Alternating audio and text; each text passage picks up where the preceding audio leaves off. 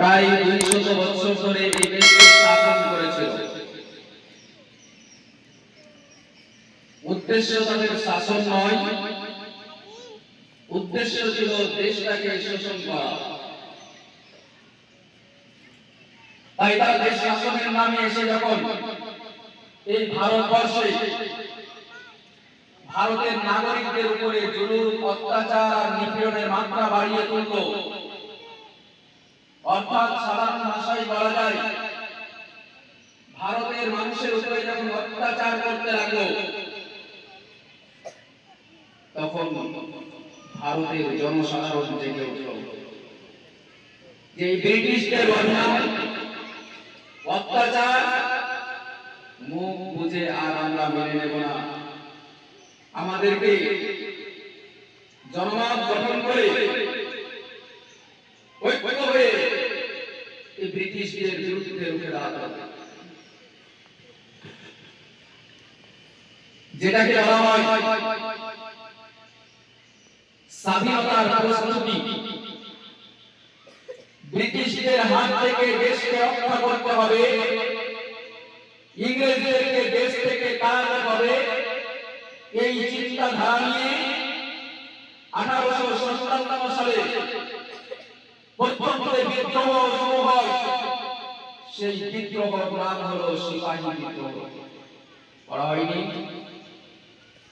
সিপাহী বিদ্রোহ? সিপাহী বিদ্রোহ থেকে শুরু করে একের পর এক অনেক আন্দোলন হয়েছে। অনেক আন্দোলনের মধ্য দিয়ে অবশেষে 1947 সালে দেশের সর্বধর্মের মানুষ মিলিত হয়ে ইংরেজদের বিরুদ্ধে আন্দোলন করে অনেক মানুষ নিজের শরীরের রক্ত ঢেলে দিয়ে এই দেশকে স্বাধীন করেছিল। কখন? 1947 সালে 15ই আগস্ট। 1947 সালের 15ই আগস্ট ইংরেজদের হাত থেকে দেশ মুক্ত হলো, ইংরেজদেরকে দেশ থেকে তাড়ানো হলো, তারা নিজের সমস্ত কিছু গুটিয়ে নিয়ে দেশ থেকে পালিয়ে গেল। তারপরে ভারতের মানুষ স্বাধীনতা পেল। কিন্তু স্বাধীনতা পেতে শুরু হবে না, দেশটাকে চালানোর জন্য একটা নিয়ম দরকার, একটা পদ্ধতি দরকার, একটা সংবিধান দরকার। সেই সংবিধান লেখা শুরু হলো। কতদিন ধরে দেশের সংবিধান লেখা হয়েছে জানা আছে?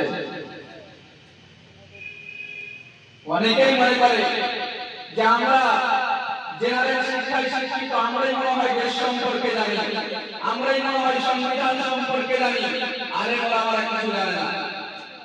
এই ধারণা তাদের সম্পূর্ণ ভুল। আমরা যেমন দিনের পথে থাকার চেষ্টা করি, সেই রকম ভাবে আমাদের দেশ সম্পর্কেও জানার চেষ্টা করি।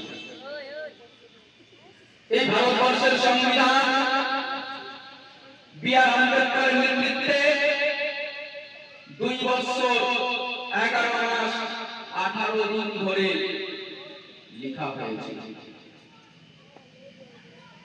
2 বছর 11 মাস 18 দিন ধরে সংবিধান লেখার পরে 1950 সালে এই সংবিধান প্রকাশিত হয় এবং কার্যকর হয় যে এই সংবিধান মেনেই ভারতবর্ষ চলবে। কিন্তু আজকে ভাবতে অবাক লাগে, বি.আর. আম্বেদকর ভারতের সংবিধান লিখলেন এবং আরো তিনার সঙ্গে অনেকেই ছিলেন, সকলের মিলিত হয়ে সংবিধানকে লিখলেন। এই জন্যে যে ভারতবর্ষ কোন একটা জাতির জন্য নয়, কোন একটা ধর্মের জন্য নয়, এই ভারতবর্ষে সমস্ত মানুষ জাতি, ধর্ম, বর্ণ নির্বিশেষে বসবাস করবে, কোন রকম অশান্তি যেন না হয়। তাই তিনি সংবিধানের মধ্যে 2টি স্তম্ভ দিলেন। 2টি স্তম্ভের মধ্যে একটি স্তম্ভ হলো বাক স্বাধীনতা আর একটি স্তম্ভ হলো ধর্ম নিরপেক্ষতা। বি.আর. আম্বেদকরের নেতৃত্বে যে সংবিধান লেখা হয়েছিল সেই সংবিধানের মধ্যে একটি স্তম্ভ হলো ধর্মনিরপেক্ষতা আর একটি স্তম্ভ হলো বাক স্বাধীনতা।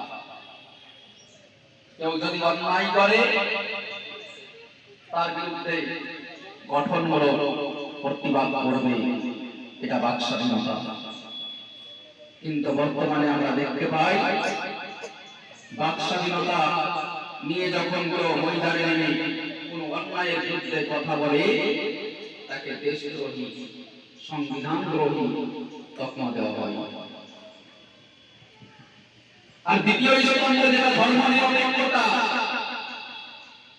এই ধর্মনিরপেক্ষতা স্তম্ভের জন্য তাম পৃথিবী জুড়ে ভারতবর্ষের একটা সুনাম ছিল, একটা মর্যাদা ছিল যে ভারতের মতো দ্বিতীয় একটা কোনো বিশ্বের কোনো দেশ নেই যেই দেশে সমস্ত ধর্মের মানুষ নিজেদের স্বাধীনতা নিয়ে বসবাস করবে।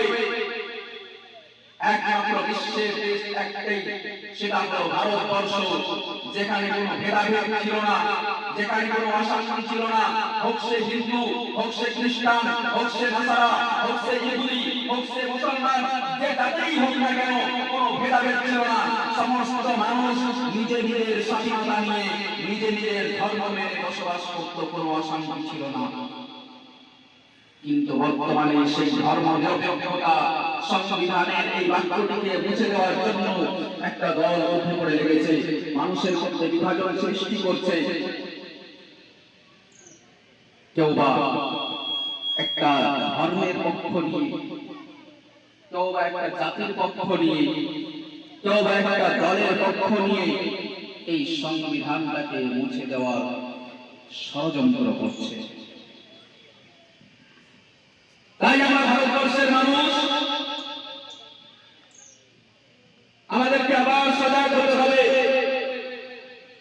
90 থেকে 100 বছর প্রচেষ্টার ফলে যেমন ইংরেজরা দেশ থেকে বিতাড়িত হয়েছে, ইংরেজ থেকে দেশ থেকে তাড়িয়ে দেওয়া সম্ভব হয়েছে, সেই রকম ভাবে আজ যারা এই সংবিধানের বিরোধী, সংবিধানকে মুছে দিয়ে দেশের মধ্যে অরাজকতা তৈরি করার চেষ্টা করছে, বিশৃঙ্খলা তৈরি করার চেষ্টা করছে, অশান্তি তৈরি করার চেষ্টা করছে, ধর্মে ধর্মে বিভাজন করার চেষ্টা করছে, এক ধর্মের সঙ্গে আরেক ধর্মকে লেলিয়ে দিয়ে দেশে অশান্তি লাগানোর চেষ্টা করছে, তাদের বিরুদ্ধেও আমাদেরকে জনমত গড়ে গড়ে আন্দোলনের ডাক দিতে হবে। সকলকে ঐক্যবদ্ধ হয়ে ময়দানে নামতে হবে, যেন ওই ইংরেজদের যারা দেশের মধ্যে রাজত্ব করছে তাদেরকেও আমরা দেশ থেকে তাড়াতে পারি।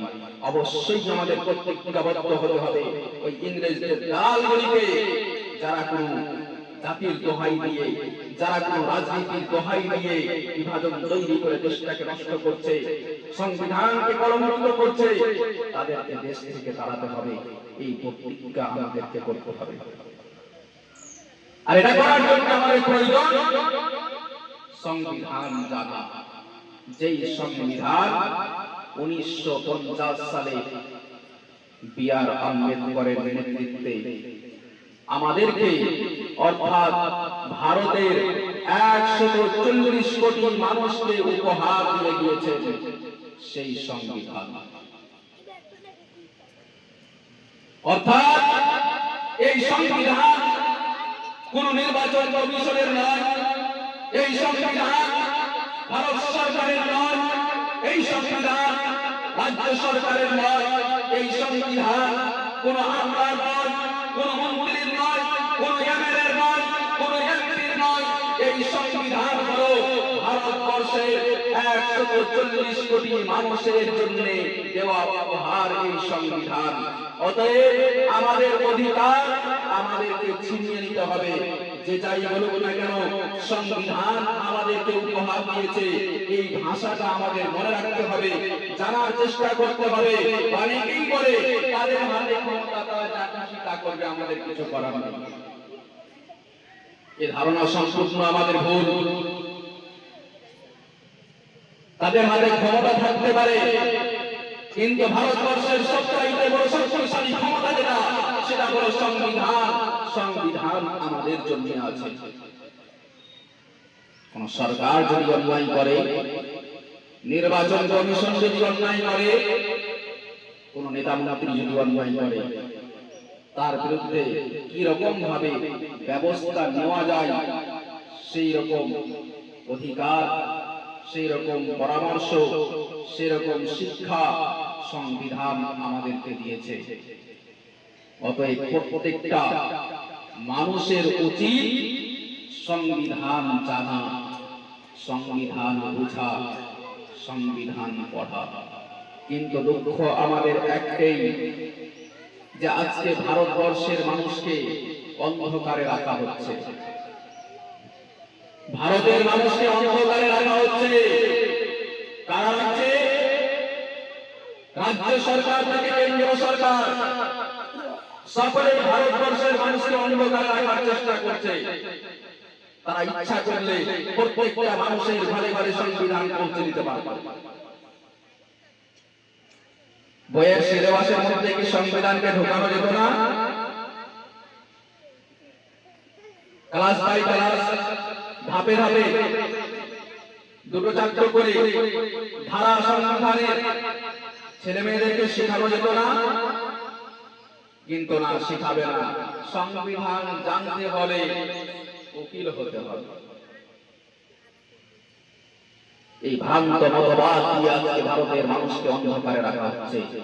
অতএব সরকার যখন শিখাবে না, সরকার আমাদেরকে সংবিধান জানতে দেবে না, আমাদের উচিত সরকারের তোয়াক্কা না করে নিজেদেরকে সংবিধান জেনে নেওয়া, সংবিধান উদ্ধার করে পড়া।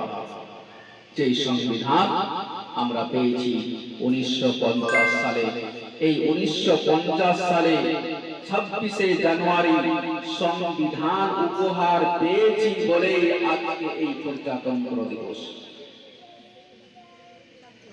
তাহলে বোঝা গেছে প্রজাতন্ত্র দিবস কাকে বলা হয়,